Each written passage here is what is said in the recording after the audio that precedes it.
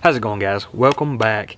If you're not already subscribed, at any point in this video when you're like, this guy ain't too bad, go down and hit that little red subscribe button, turn it gray, of course leave a like, and comment down below what you think about the reel. So today we are talking about the Curado DC.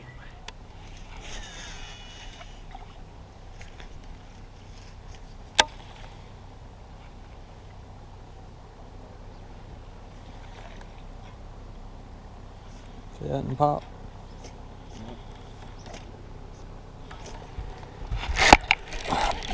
Yep, fish. Bacon? Yep, good. There he is. Oh, get him.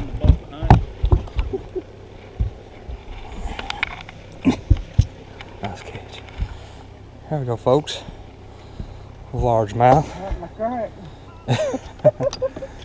Check that out. It's a nice fat one. Not bad. Well, there we go. Boat right behind us. Always nice when you can show them off. Check it out. There he goes. So obviously, you guys are probably wondering, what about this reel do you not like? That's probably what you're here for, because every review that I've seen or anything I've read online talks about how great this reel is right here. And it actually, I would agree for the most part. This reel has technology in it like we have never seen before. Maybe not specifically this reel, but the whole DC, all the DC reels that's kind of come out. I think Shimano may be the only company that actually has this technology at the moment, or is at least released this type of technology.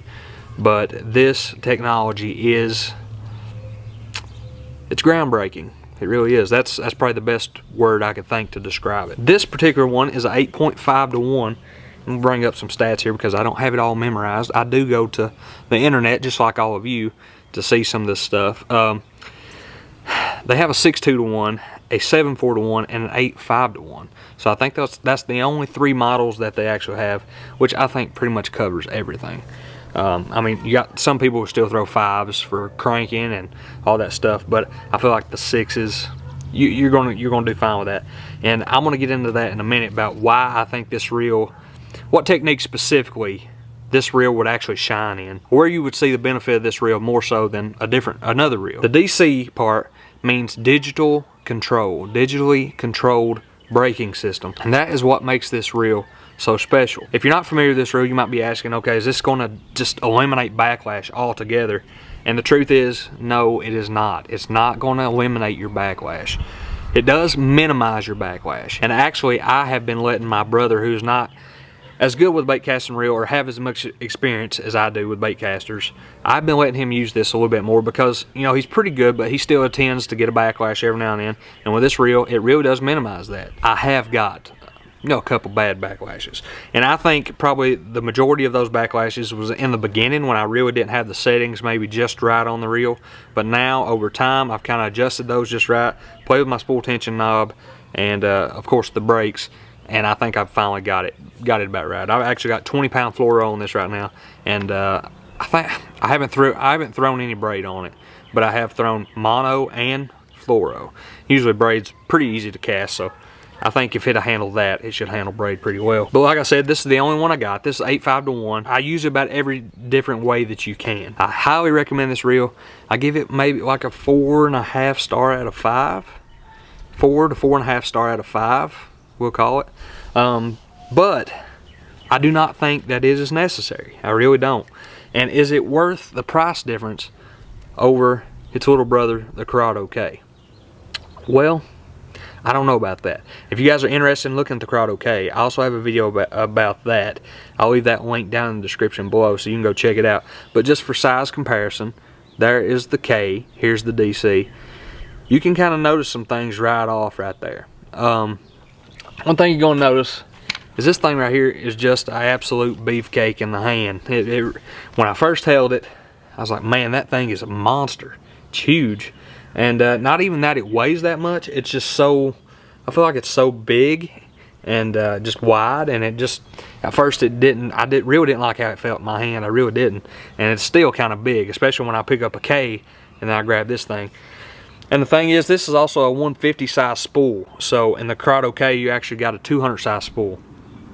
And this really isn't a comparison video, but maybe if you're familiar with a K, you might get what I'm saying. This has a 150 size spool, and but yet it's bigger and it weighs more. So I think depending on the gear ratio you get, it's anywhere from 7.8 to 7.9 ounces, which is, it's kind of heavy. It's big, it's wide, not the most comfortable reel, doesn't fit the best in my hand, and I have pretty good sized hands, but I still recommend the reel, and I'll tell you why. If you like throwing light baits on a bait casting setup, I know a lot of people who are resistant to throwing spinning gear, even though I've kind of given to it over the last couple years, but those people that are resistant to throwing spinning gear, this reel is a must. I feel like this is a must. I have thrown just small Ned rigs, I've thrown a drop shot on it, I have thrown ounce jig, I've thrown Carolina rig, I've thrown everything on this reel right here, and it has honestly done great. And I have absolutely jacked some fish on this thing.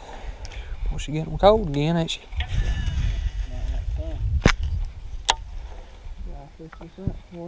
Yeah, they did.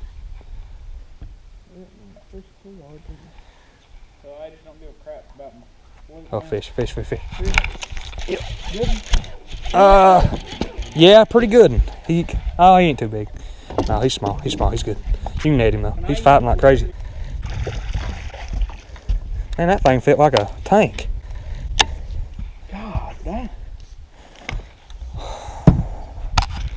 Get that fish out of there. Ain't nothing big. John, what are you using?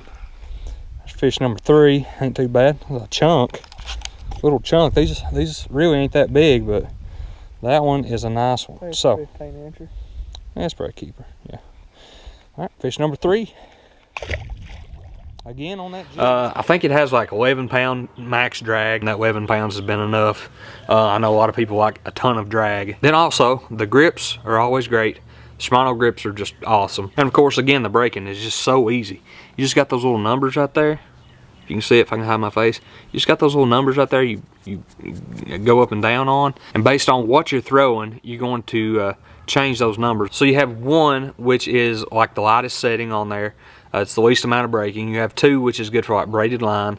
And then I think 3 is good for like mono and fluoro. And then 4 is like if you're going to be skipping, if you're going to be throwing extremely light baits, that is the most braking. I'm pretty sure I got that correct. You may want to double check me on that. I think I just set an ants. Oh my God.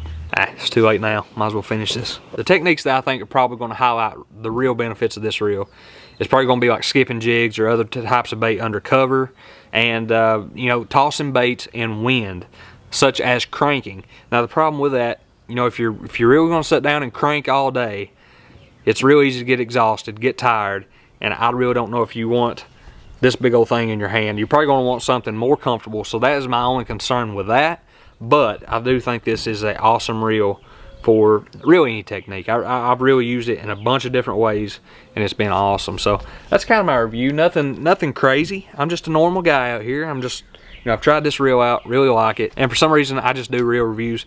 I don't know why I don't do rods. I've thought about it, and the thing is, I just feel like there's more quantifiable things that you can talk about with reels that people can kind of understand, and with rods it's more like subjective. You know, this rod feels this way, it bends like this, because we all know that different rods have different actions and powers within that company. They're not the same across companies. So that's kind of why I haven't done any rod reviews. If you guys think, or if you guys would like me to do that, then, you know, let me know that down below. But that's just my feelings on it, so that's why I kind of stick to reel reviews as of right now. But guys, I appreciate you so much for watching. Be sure to check out my other reel reviews down below, and of course go check out my other videos on the channel. And guys, if you thought that I was helpful or anything, let me know that down below, and also drop a sub for you boy. Let's get to 1,000. We're on our way, so let's just get it done. So with that said, I'll see you next time on another episode of Fishing with Tate.